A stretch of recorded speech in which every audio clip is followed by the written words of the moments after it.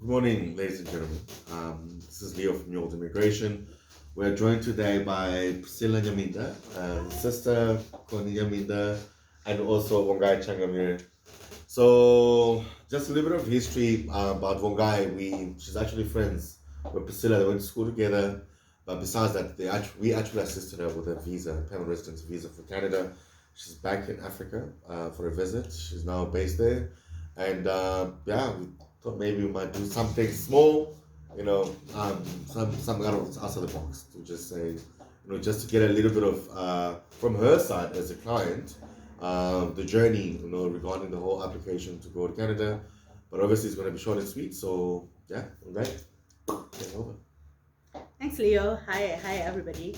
My name is Vongai, and yeah, I've been staying in Canada for almost 2 years now, and I'm happy to be here and sharing my experience so far. Okay, that's good. Well, tell us. I know you applied for your application from Zimbabwe. I know Andrew helped you as well. Unfortunately, he's no longer with us. No, he's alive, but he's not working for your immigration. Yeah. So the journey, from the skills assessment, I know it's a very frustrating process. Daunting paperwork, admin, and all of that. How did you handle that? So I can actually say on my end it wasn't daunting, Oh, but I okay. guess because this was NWI helping me throughout the way, and just walking me through just the process, what to expect, what to do. I didn't have to figure things by myself. That's good. So I think that was really good that I had an expert Mm. who understood the system, who understood the processes, and was patient as well. I might say, I worked with Andrew, but just working even after Andrew, I worked with other folks within NWI, and they were really patient. I remember at one time, when I was doing the proof of funds, talking to my brother and all of that, my family didn't understand, why I'm working with, an immigration consultant. But, they were really patient and explained the whole process to the point that even my parents were very comfortable that, I'm working with, an expert who understands what they're doing and who are not a scam. So I think that sort of calms the whole process down. At that time, I was actually working in Zimbabwe, so I didn't really have time to, get around on the internet and know exactly what I need to start preparing for. But at least with stages, Andrew would really send me like stage one, this is what we need, you need it by this time. So that was also, and that's why I'm saying it wasn't daunting. And Okay. it wasn't, That's I good. was obviously anxious, but it wasn't daunting. That's nice. That's nice. So in Canada, where are you based? Right now I'm in Mississauga, which is in the Greater Toronto area. Okay. Do you love it there? I love it. So it's cold for sure, but I really like it, and I think the thing that I like about Canada is well, and I'll speak from personal experience. I don't want to generalize this because it's not my experience, it's not everybody's experience. But when I went into Canada, I was very fortunate to find, I didn't have friends or family. Yeah. I had most of my friends had moved in other towns that are cheaper because Toronto and the Greater Toronto area is expensive. But I had at least, a landlady who was really good, and she's family to me now. All right. And she's Canadian, and she was amazing. So, that experience of you meeting a Canadian who's willing to walk you through, That's true. everything, to help you with the culture, to help you with, the ins and outs of this is where you get a credit card, this is where you get all of this, was very helpful. But yeah, and I mean, the weather is terrible, especially for someone who's coming from, the side of Africa. I mean, Cape Town is cold, but Zimbabwe is much more warmer, and the winters are very long. But I think once you're settled in a good space and a good rental, you should be fine. I mean, you'll get used to it. Nice. Yeah. And sorry to cut you No, off. sorry, go for it. So people say Canada is one of the best countries in the world in terms of like they're nice people. They're welcoming, like you said. So it's Everyone friendly, like that. safe, and all Are of they that. friendly like they say they are? They are. I mean, and everybody says they are very polite, right? They apologize for it. They are very polite. True. Yeah, it is true. They are very nice. But I think what also helps is the understanding that they are very acceptable to, all nations. It's been, yeah, like I said before, it's very diverse. And I think, them having in programs of, immigrants, different programs, right, including even refugee programs, they're sort of making, I mean, they're not there yet. There are obviously spaces where, there's still some racism, some microaggressions that, I mean, it happens in any white dominant space. But I think generally it's livable. I've been in the US. I liked the US, but I think I like Canada more, because I don't have to question my blackness or anything like that. Because there is an understanding that, you're coming here, we acknowledge that you're bringing a skill, and you're contributing to the economy, and all of that. So at least that makes it a good space to be It's in. like they appreciate your skills. Right. Like you get paid good money for your skills. Well, I don't know about that. I don't know. And the reason why I don't know about that is it's different professions, right? It's still a white dominant space. So even pay scales vary based on who you are, where you are in the ladder, like any other country. That happens. I mean, that happens in Dubai. That happens in, if you're not a national, you're not going to be like, it's good money, But it's better. But it is better. It's just that if you also move to places like Toronto or Mississauga, like the greater Toronto area, it's going to be expensive because it's quite expensive. The cost of living is very expensive. And they are also very big on Canadian experience, so work experience. So it becomes longer for you to get a job, like especially to land a job in your profession. It's but I feel like that happens in any job market. It takes, on average, in any country, it takes 5 to 6 months for you to land a job. So that's okay, right? And any transition is hard. Like even if I am to move back to Zimbabwe, it's going to take me the same amount of transitioning, right?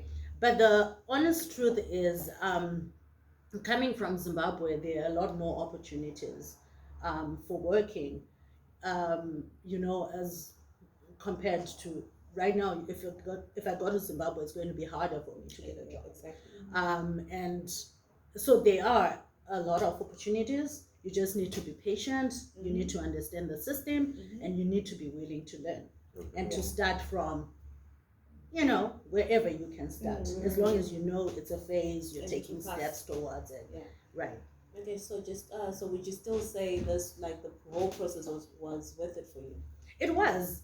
I mean, it really was worth it because I'm honestly way better than I was in Zimbabwe. And I hope that opens, more opportunities for me. But I think, yeah, it definitely was. I am happy. I love Canada. I love the people there. I love the spaces that I'm in. It just took me longer to get a job, and that was a little bit frustrating. But I think, again, patience really, really matters. Exactly. Yeah. I actually always speak to my clients when they like going through the process. I advise them to start looking for jobs before they even go there.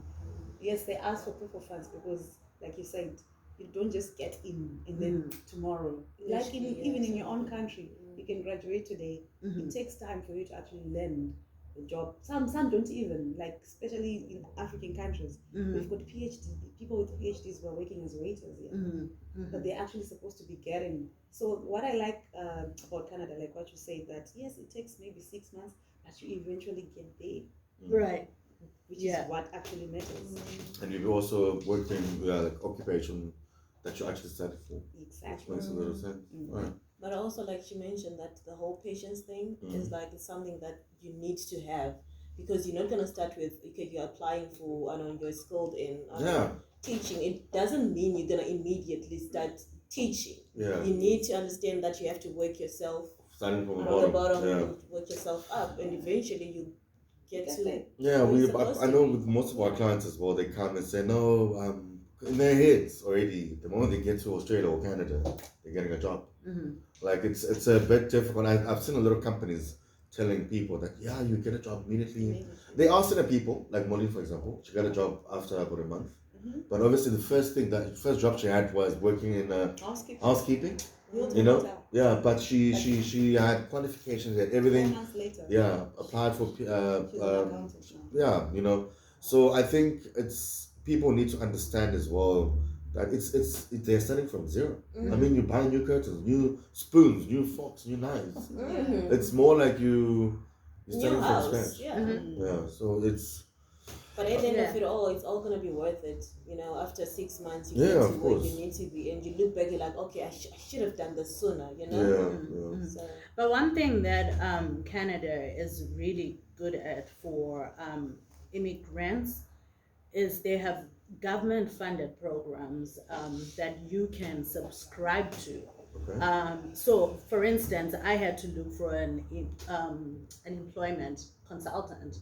So within that, the government has like a mandatory. If you join an agent, they have a mandatory training on how do you apply in Canada? What does a CV look like in Canada? How do you write a cover letter? What is Canadian business That's language? good. How do you do all of that? And you know, the online application process, the emails, how do you do cold calling? How do you do, you know, like, how do you network?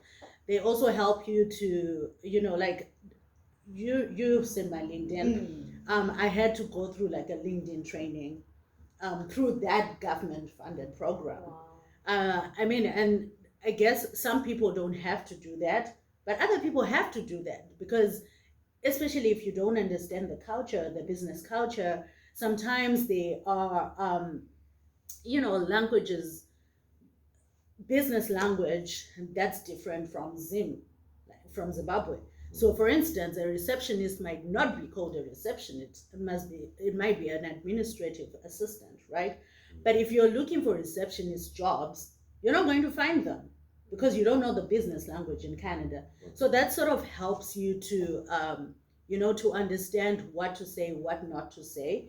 And they also give you mock interviews, you know, like they were really helpful. And this is a government funded program. Wow. So I think those are some of the resources that, you know, anyone who's immigrating in a country like Canada, where it's a government initiative to bring in skilled immigrants, to find out what are, you know, what are the resources that you can take advantage of. And these are non-paid, by the way. You're just going for trainings, and then eventually you're having, you know, a weekly meeting with your employment agent, and they can review your CV, they can do everything. And so that really helps, because it also sort of gives you an opportunity to not be stuck in a survival job. So like what you're saying, that, you know, you could be stuck as a housekeeper for a long time, right? But if you have those programs, they're already channeling you towards Exactly. a career that fits your profile and your skills. That's true. And they are also, you know, advising you. Like I know with lawyers and doctors, they have like, they're called, I think, certified professions or something. So it's not easy for you to be a doctor in Zimbabwe and move straight to Canada and still be a doctor. But then with these employment agencies, they're able to help you around your skills and what you can do with your skills, but still land a very good job that you're passionate about and that you also love. Wow. So that's also that was very helpful for me. This actually makes sense because I remember with Moline, she was working as an accountant in Zimbabwe, right? But when she got there, they didn't take her qualifications as an accountant, occupation.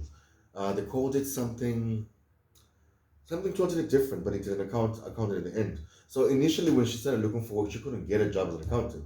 more of the business language you're talking Right. about. Right. Like if you're not familiar with it, it might be impossible, very hard for you to score a job because you're not talking the same language. Right. And also, if you could compare our governments in Canada, if everybody could do this, it would be crazy, Yeah. fantastic. But yeah, these are certain things one needs to know about moving to Canada. Anyway, guys, I think we're running out of time, and you first. I knew all the immigration. Well, thank you so much. Thank Thank you. It was nice seeing you. Thank you.